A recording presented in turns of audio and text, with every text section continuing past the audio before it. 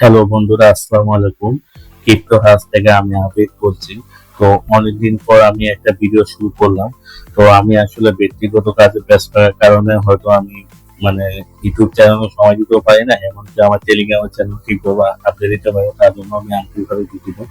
তো আজকে আপনাদের সাথে খুব একটা চমৎকার টপিক নিয়ে ভিডিওটা আলোচনা করবো, সেটা হচ্ছে get.io যে এক্সচেঞ্জের যে নামটা শুনছেন।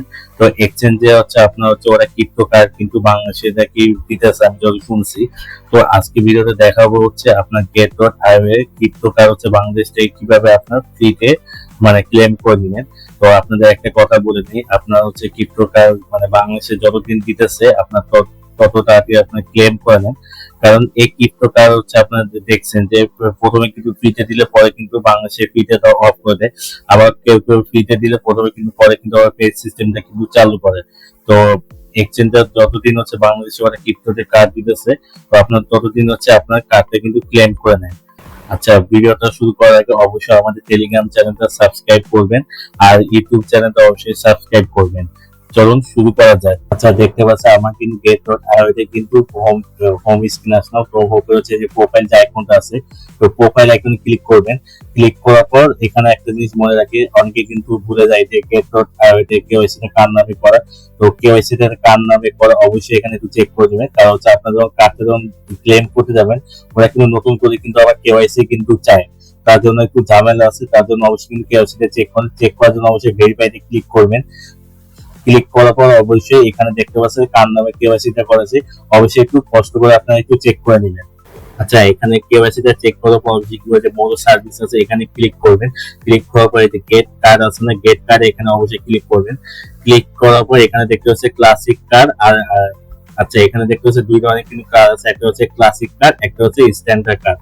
ঠিক আছে, তো আপনারা অবশ্যই কিন্তু ক্লাসিক কার্ডটা আপনার হচ্ছে ক্লেম করে দিবেন। স্ট্যান্ডার্ড কার্ডটা কিন্তু এখন কিন্তু তারা এখনো চালু করেনি, তবে স্ট্যান্ডার্ড কার্ড দেখে মনে হচ্ছে এটা ফিজিক্যাল কার্ড হতে পারে। তাই অবশ্যই ক্লাসিক কার্ডে ক্লিক করবেন। ক্লিক করবে যে জেট কার্ড ফর ফ্রি এখানে জায়গাতে ক্লিক করবেন।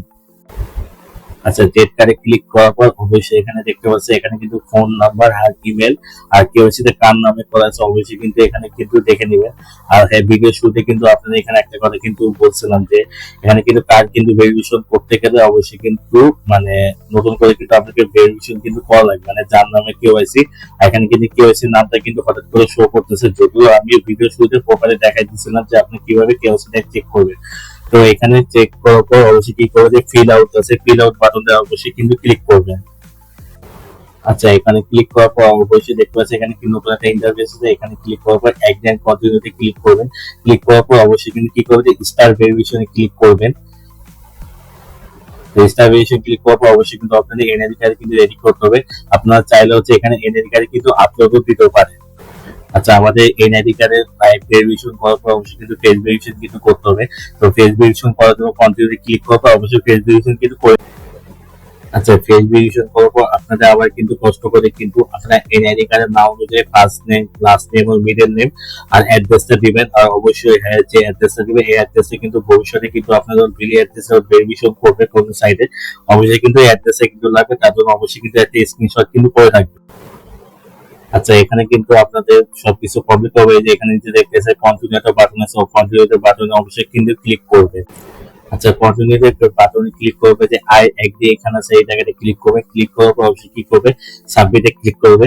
আর হ্যাঁ, আপনার যদি কারো যদি কোনো কিছু প্রবলেম থাকে তাহলে প্রিভিয়াস স্টেপে ক্লিক করে আপনি সবকিছু চেক করে নেবেন। তো এখানে সাবমিট করার পর অবশ্যই একটু ওয়েট করতে হবে। তো এখানে লেখা আছে 5 মিনিট, কিন্তু এখানে হয়তো 10 থেকে 15 মিনিট কিন্তু লাগতে পারে কেওয়াইসি কমপ্লিট হওয়ার জন্য। তো এখানে কার্ড অ্যাপ্রুভাল হওয়ার পরে কিন্তু এখানে কিন্তু আমাদের চারটা ডিজিটে কিন্তু পিন কিন্তু সেট করতে বলতেছে। কারণ এই পিনটা সেট করলে আপনার সুবিধাটা কি, সুবিধা হচ্ছে মনে করেন যেসব দেশে মনে করেন গুগল পে মনে করেন এটিএম মেশিনে সাপোর্ট করে, তো আপনি গুগল পে মাধ্যমে এটিএম কার্ডে আপনি টাকাটা উঠাতে পারবেন। তো আশা করি বুঝাতে পেরেছি। আচ্ছা, এখানে দেখতে পাচ্ছি get.io তে হচ্ছে কার লিমিট আর ফিস সম্পর্কে আলোচনা করতেছি। এখানে দেখতেছি কারে কিন্তু আপনার কিন্তু কোনো ট্রানজাকশন কোনো কিন্তু ফি কিন্তু নাই। ঠিক আছে, এখানে কিন্তু দেখলে বুঝতে পারছেন মানে হিডেন কোনো ফি নাই। তবে এখানে টুকটাক ফি হচ্ছে আপনি কার হচ্ছে রিপ্লেসমেন্ট ফি, মানে হচ্ছে এটা হচ্ছে ফিজিক্যাল কার্ড, আর এটিএম কার্ডের উইথড্র ফি হচ্ছে 2% করে কাটবে। যদি এটিএম কার্ড আমাদের দেশে কোনো গুগল পে বা অ্যাপল পে কিন্তু সাপোর্ট কিন্তু না, এটা বাইরের দেশে আছে। তো আপনি যদি বাইরের দেশে দিয়ে উঠান তাহলে এখানে হয়তো আপনার 2% হয়তো ফি কাটতে পারে। আমার ফরেন ট্রানজেকশন ফি হয়তো কাটতেও পারে। তো ফরেন ট্রানজেকশন ফিটা হচ্ছে এটা আমার যতটুকু যা মনে হচ্ছে এটা আপনার মানে পস মেশিন দিয়ে পেমেন্ট করে, আমি শিওর না। আমি শিওর না বলে আমি এখানে বলতে পারতেছি না। আর হ্যাঁ, এখানে কিন্তু কারে এটিএম এ উইথড্র কিন্তু ফি দেখতে পাচ্ছেন। এটিএম এ উইথড্র ফি হচ্ছে মানে আপনি হচ্ছে $5,000 কিন্তু উঠাতে পারবেন। আর এখানে হচ্ছে পার মান্থ হচ্ছে $15,000, আর যদি পার ইয়ার হয় যে তাহলে হচ্ছে আপনি $50,000 পর্যন্ত কিন্তু উঠাতে পারবেন। আর প্রত্যেকটা ট্রানজেকশন হচ্ছে আপনি $5,000 পর্যন্ত কিন্তু স্পেন্ড কিন্তু করতে পারবেন। তো আশা করি হয়তো বুঝাতে পেরেছি। তো ভিডিওটা ভালো লাগলে অবশ্যই আমাদের ভিডিওটা লাইক করবে।